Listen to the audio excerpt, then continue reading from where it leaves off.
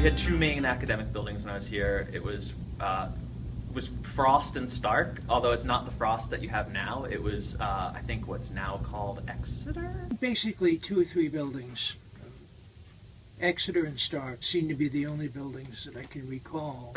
They had a number of classrooms inside of them, very utilitarian. They were located in the center of the campus near the Shapiro Library.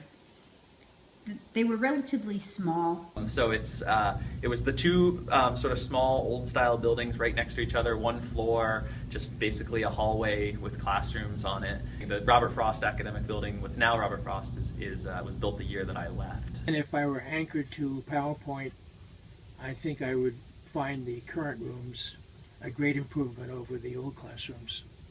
So you didn't have things like, you know, the psychology observation rooms and, you know, all of these different graphic labs and, you know, rooms that are set up specifically for particular disciplines.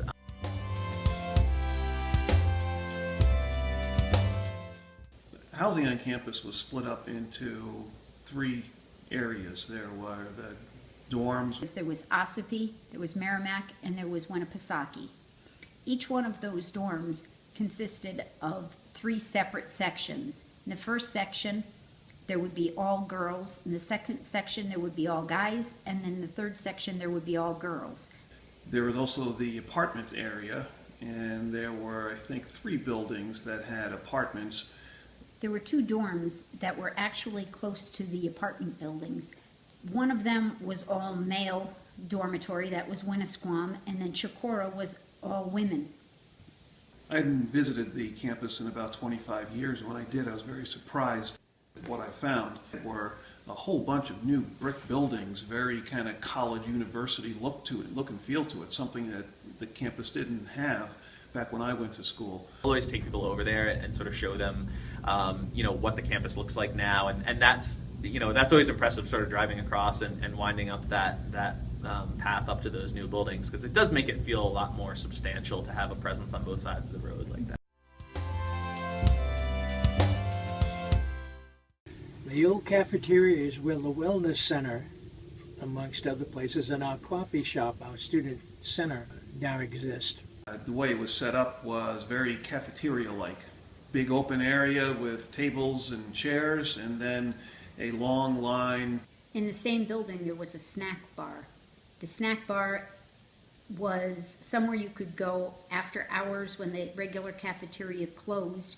You could go there and you could get a hamburger, a sandwich, pizza.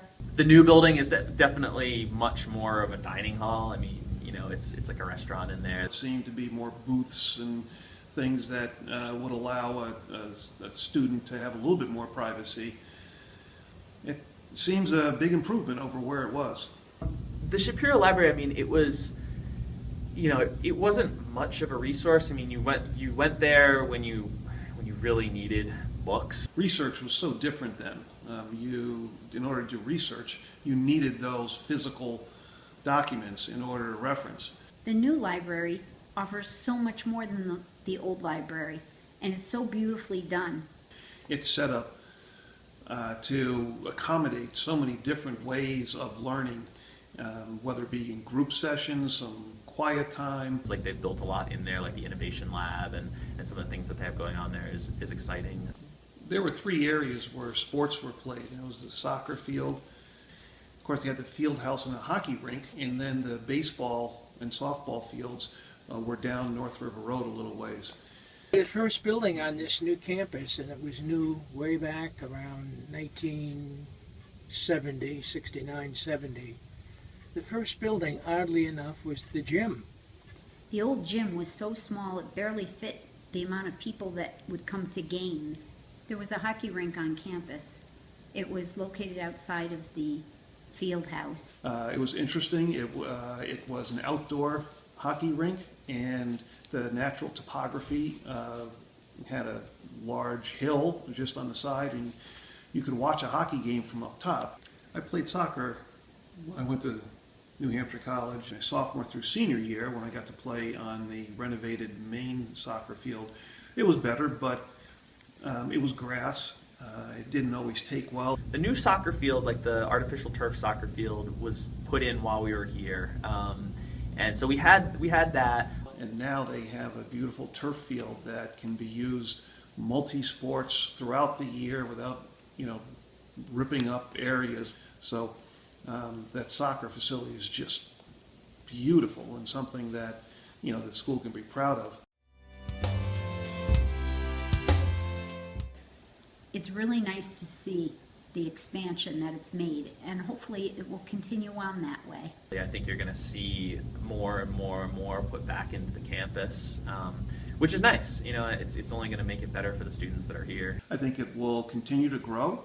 It appears to be able to double in size, and the sky's the limit.